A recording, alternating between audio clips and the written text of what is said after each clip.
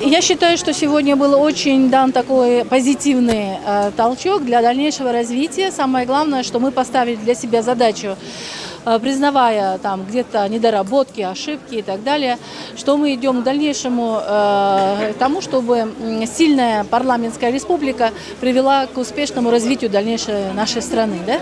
То есть в этом направлении идем. Самое главное, мы хочу подчеркнуть, что впервые на съезде была дана оценка председателю партии как президента, то есть какую работу он провел. То есть мы сегодня посмотрели, какие были сделаны действительно положительные результаты, над чем надо еще работать. Единственное, конечно, с сожалением констатируем этот факт, что мы мечтали о преемственности, о системности развития, что то, что Алмазбек Атамбаев сделал, нужно было продвигать дальше. И в этом вопросе он бы помогал. Но получилось так, что нас выдавили в оппозиционную, так сказать, плоскость. И я хочу отметить, что наша партия не раскололась. У нас, знаете, костяк партии сохранился. От нас наоборот, откололись те, кто пришел ради каких-то карьерного роста, каких-то, вы знаете, для себя привилегий. Для кого было важно ближе быть к власти, получить мандат. Вот эти люди откололись. А вот те, для кого была идея важна партии, они остались. Он повторил те же тезисы, которые озвучивал ранее в отношении того, что мы не для того совершали революцию 2005-2010 года, чтобы повторялись рецидивы авторитарных правлений бывших президентов.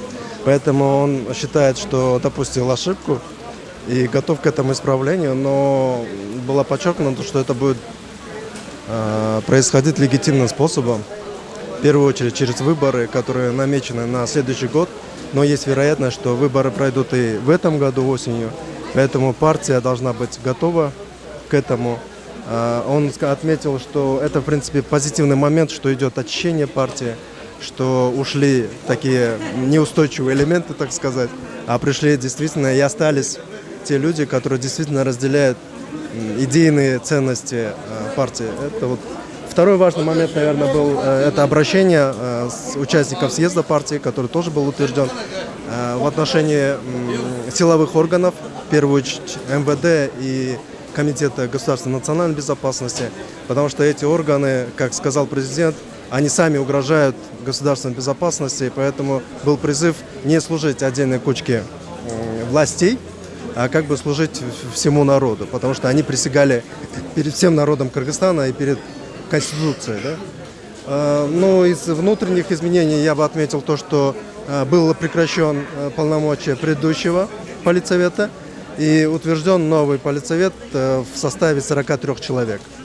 Среди них есть те заключенные, которые Сапар Исакова, Кулматова и Албека Ибраимова включая. Ну и новые члены, включая меня, например. Да? Я в политсовет вошел. Да. И кроме этого, чтобы было... И потом 43 человека, но теперь есть возможность нам, политсовету, доизбирать до 55 человек.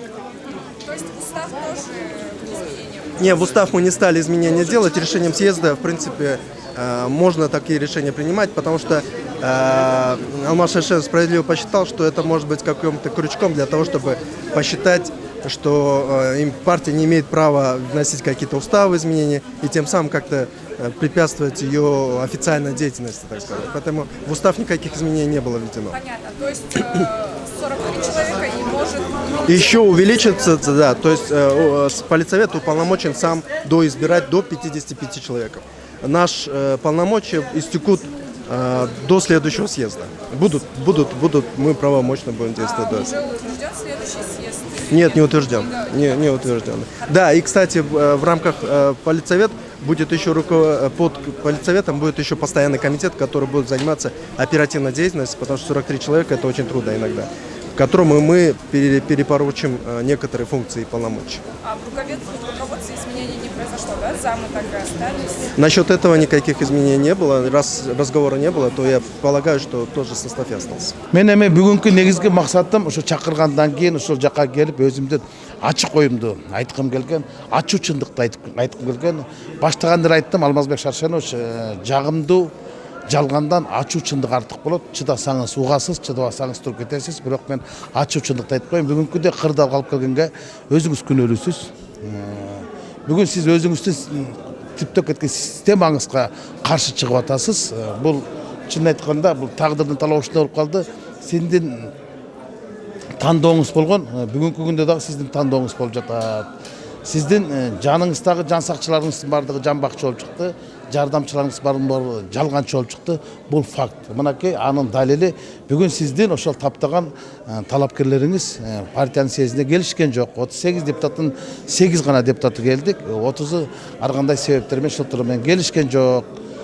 Ошо жанагы жанындагы тегереңиздерге көп ишенгенсиз, укчу эмессиз чындыкты. Мына бүгүн эми ошо чындыкты укканга мажбур болуп отурасыз, укканга аргасыз болуп отурасыз. Чындык деген ушунда ачуу болот. Эмне үчүн сиз убагында ошол карапайым ушул балдардын бүгүн ушул жерде отурган делегаттарга таазим кылам деп атасыз. А убагында эмне ушуларга таазим кылбаңыз, укканга да барган эмессиз. Башын ийип отурду, мен кечирим сурайм, мен бардыгын катачылык кетти деди. Сиз даже ушу 7-апрелде кайтыш болгон балдардын майрамын бердиңиз да макамын бербей койдуңуз.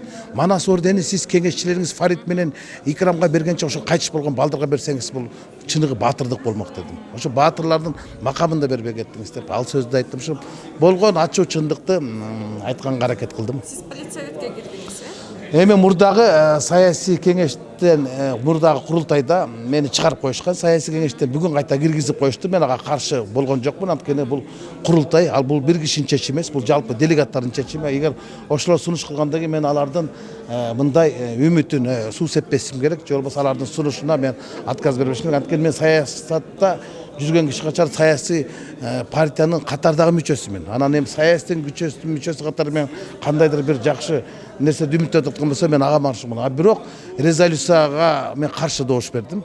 Жалгыз эле мен каршы добуш бердим. Андан кийин дагы резолюция кабыл алды. 2 резолюцияга 2 өтө мен каршы добуш бердим. Анткени мындай болуп калат да, мен өзүм азыр бийликтеги көпчүлүк коалициясынын мүчөсүмүн. Мындайча айтканда бийлик түптөгөн кишимин. Анан ошо түптөгөн кишиге мен өзүм каршы чыга албайм да. Бул логикада мыйзамда жол бербейт да. Бул саткынчылык болуп калат. Анан ошо эң негизгиси Алмазбек Шаршеновичке айттым. Бүгүнкү күндө саясатта саткынчылык салтка айланып калды, кошоматчылык наркка айланып калды. Ушуну сиз ушул 6 жылдык аракетиңиздин убагында башкарыңызда жок кыла алган жоксуз. Акаевден качкандар Бакиевке келди, Бакиевден качкандар сизге келди, сизден качкандар Сооронбай Шариповичке келди, Сооронбай Шариповичтен качкандар эртең башкага да келет депчи. Мен негизги ошол жана саткынчылыктан сак болуңуз деп мен келген себебим бул кишини мен Алмазбек Шаршенович бол, мен партияны саткан эмесмин. Мен кийинки президентти сатпайм, андан кийин сатпайм. Ошо саткынчылыктан сак бололук деген сөзүмдү айтканга толук мүмкүнчүлүк болду. Сегодня состоялся 18-й съезд Социал-демократической партии Кыргызстана. Она прошла в духе солидарности и требования времени прошла.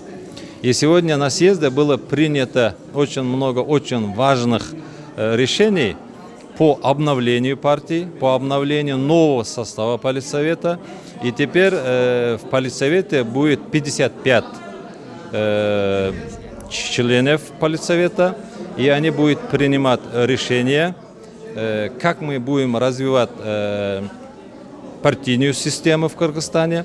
И мы будем готовиться к предстоящим парламентским выборам.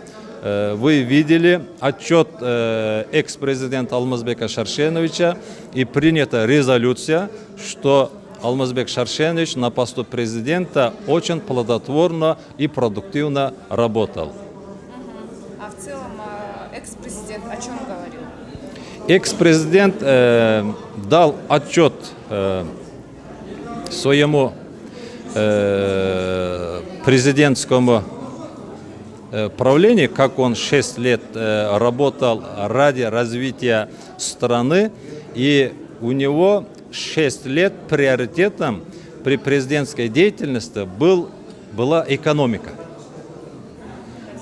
Да. И сегодня я считаю, что народ Кыргызстана, каждая семья в самых отдаленных районах чувствует, действительно в экономике были очень положительные сдвиги. Я приведу только один пример. Энергетическая независимость. Это огромная заслуга экс-президента Алмазбека Шаршеновича Атамбаева.